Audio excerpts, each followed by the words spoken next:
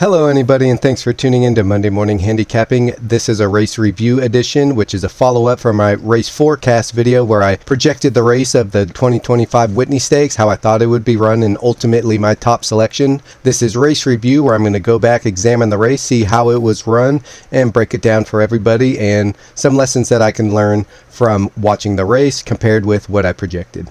Just the agenda, we're going to do a general overview of the Whitney Stakes, compare and contrast my projection versus the actual running, review my plays, who I selected, and any return on investment, what I can learn from the race, and overall takeaways and or final notes. So just to recap what the Whitney Stakes is, it's a Grade 1 stakes race run in late July to early August. It's for 4-year-old horses or older, going 9 furlongs, which is a mile and an eighth. Remember, a furlong is an eighth of a mile, so you can do the math there.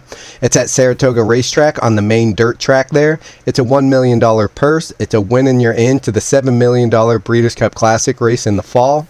10 runners originally entered in the race and 1 scratch out of the field, so there were 9 runners on the actual running.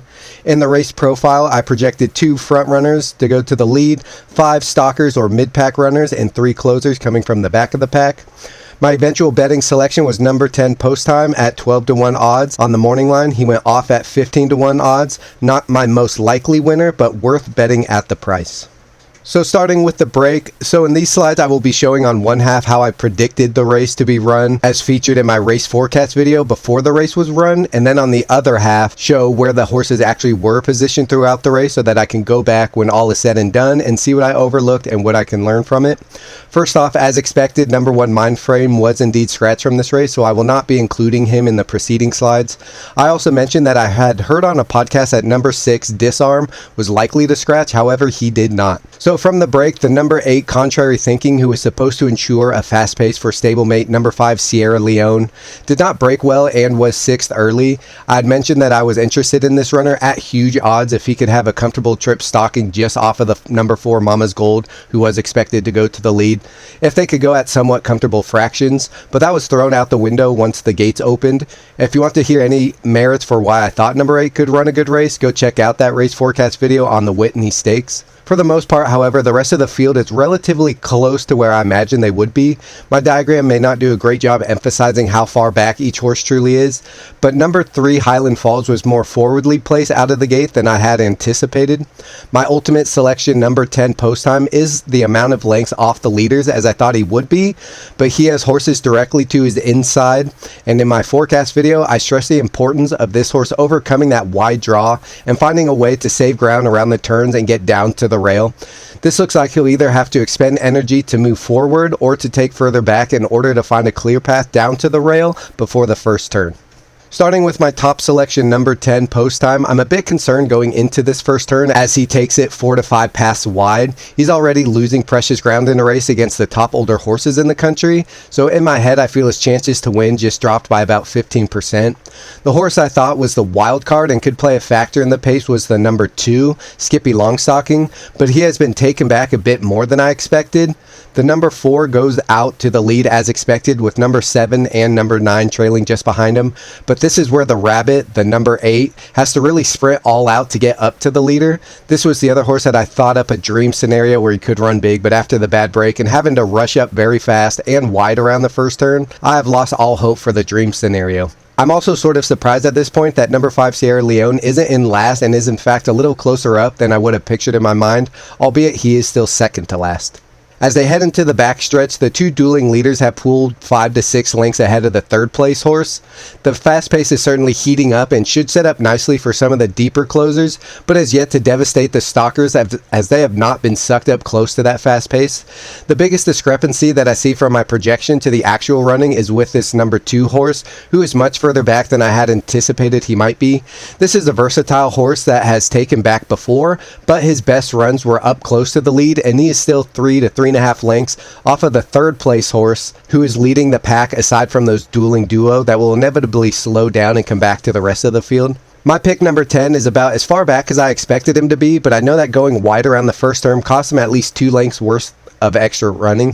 For those that don't know, by rule of thumb, for each path or lane that a horse is off the rail around a turn, they run 1 length's worth more distance. So since my number 10 was in the 4th lane out from the rail, he's running 3 lengths further of a race than a horse that rode the rail around that turn, which equates to about 0.6 seconds he would have to make up on that horse. It may not sound like a lot, but it is substantial, especially at the grade 1 level against top horses. Before the far turn, number 2 and number 6 had both made moves to go toward the front. Number 2 went 2 to 3 paths wide to get up to the number 4 after the 8 had faded badly after that rush around the first turn, and number 6 got a trip up the rail to sit just behind the 4, who had yet to get off the rail enough to let the 6 through. Number 9 and number 7 took the wider path around the turn like I expected, but number 3 and one of the obvious horses to beat, the 5, both stayed closer to the inside, saving more ground around the first part of the far turn than I had expected. My number 10 was right around where I expected, but like I said in the video, he was going to need to find his momentum to not only run down the talented front runners, but also outrun the talented closers. So far, he has been fairly one-paced, and the closers have already commenced their runs and have got on terms with the number 10. At this point, it's of interest to see how the early movers, the number 2 and the number 6, will continue to run on against the rest of the field. Heading into the stretch, after that middle move and taking the lead on the far turn by number 2, number 9 had to rally back to take the lead entering the stretch. As you might expect, this takes a little stamina out of a runner to perform this maneuver, and we will see what kind of toll it took on those runners, but number 9 was able to gain the lead entering the stretch as I had predicted. The rest of the field is about where I predicted, with 2 noticeable differences. The first being that the number 3 saved a bit more ground around the far turn and entering the stretch than I expected his trip and running style would enable. The second is that number 10 did not save any ground around either turn and was already 2 lengths behind the strong closing number 5, and it would take a very talented horse to run down last year's Breeders' Cup winner once they've hit the stretch and number 5 is in full momentum. So I know at this point there's definitely no chance my 10 is going to win. At this point, it is a matter of whether or not number 9 can outlast the deeper closers, number 3 and number 5, who seem to have some gas left in the tank. Down to the wire, number 5 got the trip he usually gets, which is closing out wide with the help of his Rabbit, the horse that was entered by the same trainer to ensure a fast pace at number 8. He was able to outfinish the rest of the field and get the win as the second choice in the betting at odds of 2 to 1. Number 3 ran very gamely and came in a close second, while number 6 at good odds was not far behind. Number 2, who made that middle move for the lead around the far turn, and number 9, who made the move to take the lead back from him entering the stretch, both ended up fading to 7th and 5th place respectively. Number 9 did have a roughly 3-length lead entering the stretch, but he was a little taxed and unable to hold off the grade 1 closers he was up against here as the betting favorite. My number 10 was swerving all down the stretch, possibly due to exhaustion. The horse ran wide and was never really able to make any noticeable gains throughout the race. The horse ran pretty evenly throughout, and that is one of the main areas I want to cover in my takeaways at the end of this video. So taking a look at my number 10 post time is a bit of a plotter. If we examine his closing fractions and some of his big races, he is well off of the pace in some races where the front runners are going quick, but only finishes up in around 25 to 26 seconds if you do the math for the final quarter to score second and third place finishes. He stays on at the distance, but not quick enough to get the win at the grade 1 level. He would need a very particular field and setup in order to get the job done at this grade 1 level. Not only does he have no wins at the grade 1 level, this horse's highest graded win was a grade 2 win at the distance of 7 furlongs, where he won by a neck margin in a 4-horse race. Most of this horse's wins were at the ungraded stakes level, particularly when going a distance of 1 mile or more. Next time I will be more diligent at looking at how fast a horse like this is coming home, at what level he is successful, against what competition, and what distance seems ideal. Horses at this tippy top level run fairly consistently, so to expect a horse like this to improve while all the other top horses run poorly is more often than not a low percentage proposition. This race does not have the conditions for many horses to make drastic improvements at this point in their careers due to their age and established careers. Number 3, Highland Falls, ran a very game second place finish at odds of 13 to 1, so I thought it would be worthwhile to look back at his past performances to examine how a horse like him could be identified for next time. If we look up and down the results of his 11 career races, we can see he is a model of consistency, only running worse than third place 2 separate times. If we take a closer look at his worst performance, where he ran 9th, He was in arguably the biggest race of the year and made a middle move into a hot pace, much like what we witnessed by that number 2 in this Whitney Stakes. They exerted a ton of energy halfway through the race when the horses on the front end were going very fast to challenge for the lead against the best horses with about a half mile to go. To catch up to these horses when they are going that fast takes a lot of stamina, and so I can excuse this horse for fading to 9th place after that move. This horse also ran a career best speed figure of 104 at this track in a grade 1 event in the previous fall, going a mile and a quarter. So running a mile and an eighth today has already proven to be a non-issue for this horse. This horse is making its second start off of a 7-month layoff, and in the first race back, this horse ran at Aqueduct just a few hours from this track and ran exceptionally fast over the course of a 1-turn mile to win by over 5 lengths. This should be quite the indicator that this horse is physically fit and mentally sharp enough to run a good effort after the 7-month break, and the horse is already proven at the grade 1 level at distances such as this. Not to mention, this horse is trained by one of the top trainers in the country. In that last race, this horse also showed an ability to run very fast throughout, but as we noticed, this Whitney had a rabbit to ensure a fast pace, setting up for horses that would be closing, and this horse's running preference definitely fits that profile. That's it for my recap of the Whitney Stakes. Thanks to everybody for watching. I hope everybody learned something. I hope that someone can take something from this video and take a closer look next time there's a big race and understand that, especially for older horses, it's less likely they're going to make a drastic improvement, while some of those other top horses considerably decline in performance.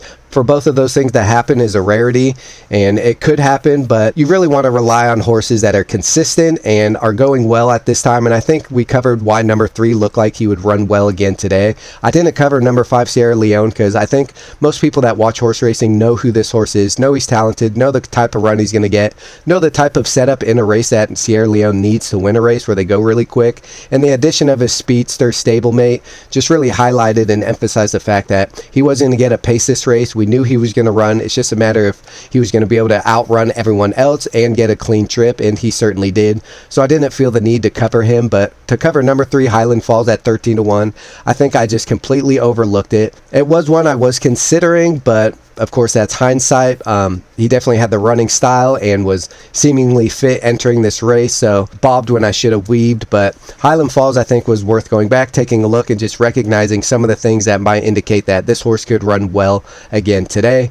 But anyways, thanks for watching. Feedback is appreciated, whether positive, negative. If you have suggestions or recommendations, let me know. Please like, subscribe, and or share with friends, especially friends that may be relatively new to the sport or don't know too much about horse racing at all. I always say my target audience, I try to explain things for folks that are relatively new to the sport so that everyone can get a firm grasp and understand what's going on. People that know how to read the racing forum already probably aren't coming to me for my opinion, so I hope that I'm filling a niche by talking to some people who don't know as much about the sport, just so I can highlight some of the nuances that may be overlooked or complicated to some newcomers. So I hope I'm doing a good job doing that. Let me know what you think.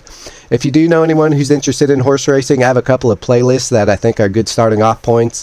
One is how to read a racing form. I've taken friends to the track before, show them the racing form, and they're kind of put off by it. It looks like a lot of information, a lot of work. They don't want to get into it, but the racing form is there to help the player make an informed decision on who could win the race, how the race is going to be run. So I break down all the components of the racing form into small, bite-sized, easily digestible pieces. It's a 10 video long playlist. Each video is a couple minutes long, and I just explain what each part of the racing form is telling you and how you as a horse player can use the information to make an educated decision. It's really not too complicated once you break it all down. It's very simple. It makes sense. It's got to be easy to understand. So I just break it down so that no one has to be intimidated by it any longer. I also have a good follow-up video, betting on horse racing. That's where I go over all the individual bets that a track typically offers. I talk about what the bets are, how much they cost based on your ticket structure, all the various ways you can structure your ticket, and how much your tickets will cost based on that ticket structure. I also wrap it up with a few things that I like to look for before I place any such wagers. So when I go through a racing card and I really like one horse, depending on its odds, I explain where I like to put them in a sequence in certain bets. So both of those playlists, again, are for anyone that you might know who's a little bit interested in horse racing and wants a little jump start in figuring out what the game's all about. But that's it for the Whitney Stakes video. My next video, I'll probably do another pedigree playlist video. I don't get a ton of views on that, but it's important for me to learn. I think it's a great way to get an edge on the game, especially with some of these new stallions and mares that are out on the breeding farm and sending some of their offspring to the racetrack, to really gain a sense and understanding of where their progeny are going to excel once they hit the racetrack. Are they going to like the turf? Are they going to like the dirt? Are they going to like running long races, short races? So that the first time that they enter in one of those races, maybe you can capitalize and get some good value because a horse is trying something new, whether it's the first race of their career or they're switching it up and trying something different. Sometimes the betting public likes to stay away from horses that are trying something new, which increases their odds, which increases your payout. So I think those are important videos to cover. That's what I'm thinking I'll do next anyways, unless otherwise requested. If anyone has a request on something they'd like me to cover, anything in the news, anything on the racing scene, any races coming up, any trainers, jockeys, etc., please just let me know. But that's it for this video. Thanks for watching, and I'll see you next time.